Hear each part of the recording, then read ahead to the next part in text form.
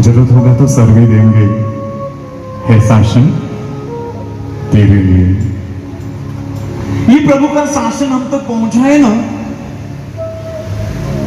कई बलिदानों के बाद पहुंचाए, आसानी से नहीं पहुंचाए।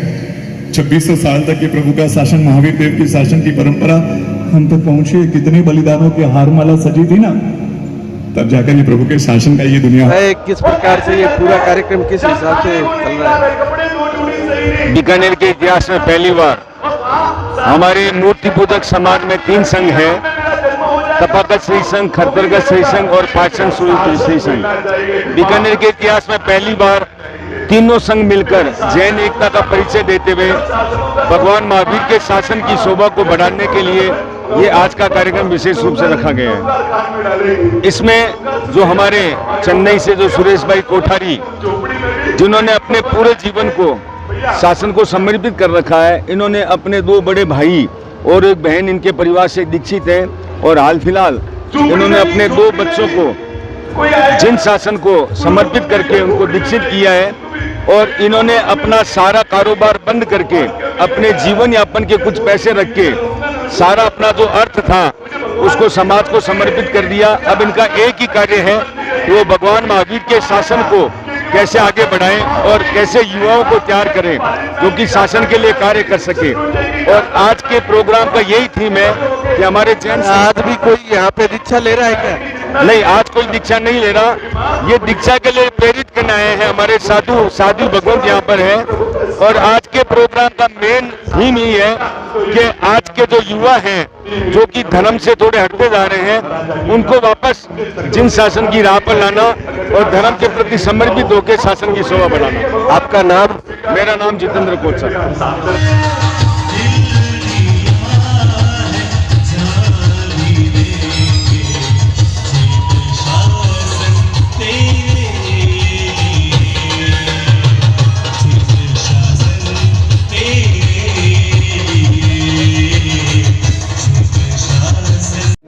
के लिए जिन शासन के लिए जो आप अभियान चला रहे हैं, लगभग कितने समय से चला रहे हैं और कितना कार्यक्रम अब तक कर चुके हैं? कार्यक्रम को गिनती की तो बात नहीं है, कभी कभी उसको काउंटिंग रखा नहीं है, लेकिन 20-22 साल की उम्र से ये प्रयत्न चालू है और आज लगभग 20-22 साल के आसपास चल रहा है। लेकिन गिनती में, काउंटिंग में कभी उसका सोच भी नहीं बनी कि कितनी काउंटिंग हुई। लेकिन प्रभु की कृपा से ये सब जगह, अलग अलग जगह, पूरे भारत भर में इस माध्यम से जाना हुआ है, प्रभु के शासन को समझना हुआ है।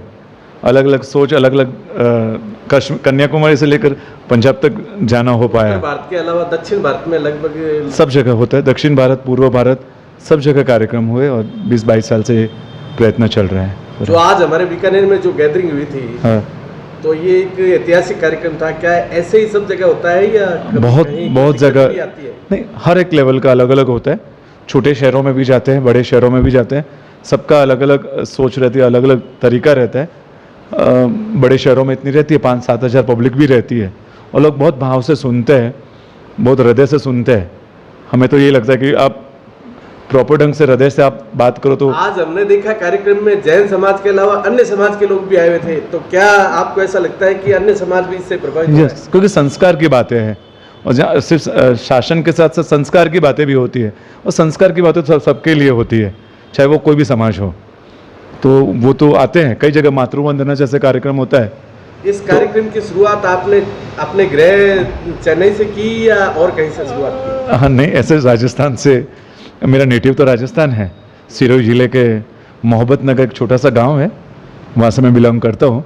तो हमने सेदरिया जैसे छोटे छोटे गाँवों से ही शुरुआत की थी, मुक्कल सर, सेदरिया, ऐसे छोटे छोटे गाँवों से शुरुआत की। हाँ, तो वहाँ से शुरुआत की थी। तो उसके बाद धीरे धीरे प्रभु की कृपा से आज स्थिति में है। समग्र समाज के लिए आप कोई ऐसा संदेश दें जिससे जैन हिंदुस्तान के माध्यम से पूरे देश में ये संदेश जाए? खास संदेश तो यही है कि संस्कार को संभालना पड़ेगा। संस्कृति, संस्कार अगर नहीं टिकेगी तो भविष्य बहुत मुश्किल हो जाएगा, क्योंकि 5 साल में जो चेंजेस हो रहा है ना, वो 50 साल का चेंजेस देख रहे हैं हम। तो युवा पीढ़ी को बहुत सारे माध्यम मिल रहे हैं, उनके पास ऑप्शन नीचे गिरने के बहुत सारे हैं। मोबाइल से लेकर इंटरनेट से लेकर हर एक ऑप्शन में है।